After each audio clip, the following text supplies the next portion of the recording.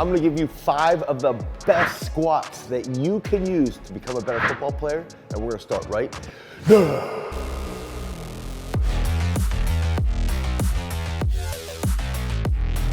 Now, let's get into the 60-second breakdown for football. So what are we gonna look for as a football strength coach or as a football player? We want to focus on having an extremely fast first step. The other big factor that we have to think about when we're playing football is that we have an opposing body, okay? So we're going to be making contact with another individual. They're gonna be having a high force that is also making contact towards us. So we have to have some semblance of absolute strength, but we also have to focus on impulse so that we can produce as much power in a short period of time. Typically, that's going to be about 0.4 to 0.5 seconds when we're making contact, especially if we're talking about linemen. So we've got to think through that lens when we're picking the types of squats that we're going to use to improve our performance on the gridiron. Okay, so that first key lift. This is going to be a movement that a lot of football players aren't going to want to do because they aren't good at it and they have big egos, so they like to avoid it. But it's absolutely phenomenal for trunk control. It's really, really good for actually improving mobility. It's also amazing for that first step. And I'm gonna give you 2 ways that you can do this. And so this squat is going to be a pause front squat. Now, you can do this with a clean grip with that clean rack, which is what I recommend all the time. Have that clean grip, okay, and that's gonna actually improve your overall performance with that full clean. Now, if you don't have the mobility to actually execute that full clean or that clean grip and you want to do a front squat and you need to do a front squat, we can either do a zombie squat, which would be out here, okay? Let me grab my mic.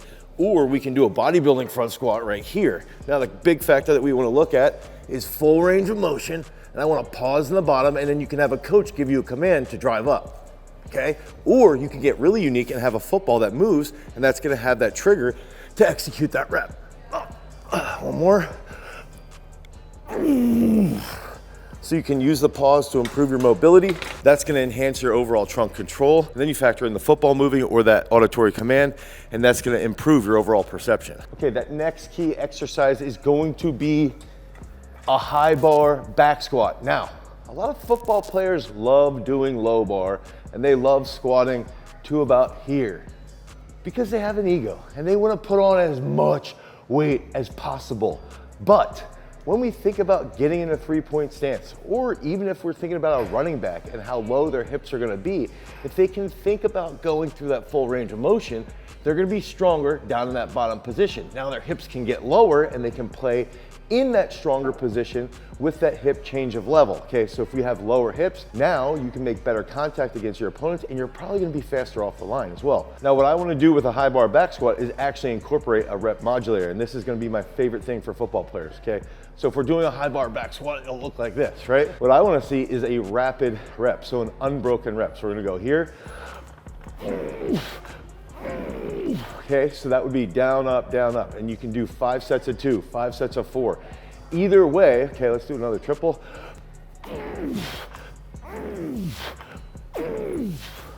Either way, the football player is gonna learn how to be a little bit stronger. They're gonna use that stretch shortening cycle more effectively. They're gonna have better mobility and optimize their dynamic trunk control. That third phenomenal squat is going to incorporate another command, okay?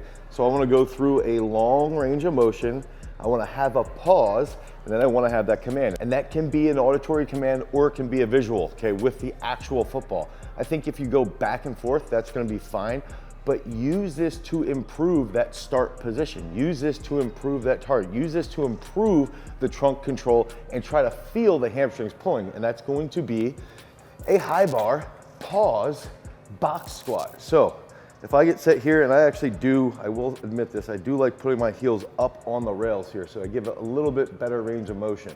Okay, if you don't have access to a box like this, you can put plates there where you can elevate your heels with the plates. So if I get set here, okay, I wanna go through a slow eccentric. I wanna pause, 1, 2, and then I can have that command, okay? And I think about having that chest drive up and actually pulling from the hamstrings while also co-contracting with the quad. Because we dump that chest forward just a hair, we're gonna light those hamstrings up pretty well. So again, auditory command or a football moving, Okay, that's gonna be an absolutely awesome movement. And what I recommend you do is you could do 3, 4, 5 sets with that. And then you could do 2 sets without the box, doing that unbroken back squat that we showed you previously. All right, so this next exercise, this 4th key squat for football, is one of my all-time favorites. We used to call this rock bottom squats. Now, because of the name, we call it pin squats. This is something that you can use to really address a weakness in a specific football player, or if you have wide receivers and they're never really getting into full depth, you can do this a little bit higher. And then when you're going with your linemen, you can start to force them to get a little bit deeper. So, pin squats, perfect. Now, everybody's gonna wanna do this. Make sure it doesn't happen. Everybody's gonna wanna do this. Don't do that. Don't do it. Okay, we wanna get here, boom, drive up fast. Drive up fast. Now, just like with everything else, we can use a command. Cover your ears, because this is gonna be really annoying. We can change this, okay? Change that degree depending upon the athlete's weakness, or depending upon the athlete's height, and we can go even further. So if we have a lineman that plays with really, really high hips and they're having opponents swim them all the time, this is where we can work on their overall hip mobility and strength so they actually come off the line without getting thrown into the ground. One more thing, when we get to the bottom, okay, watch my belly. I wanna do this, I can come down, okay, get to the bottom, I exhale and I go, okay?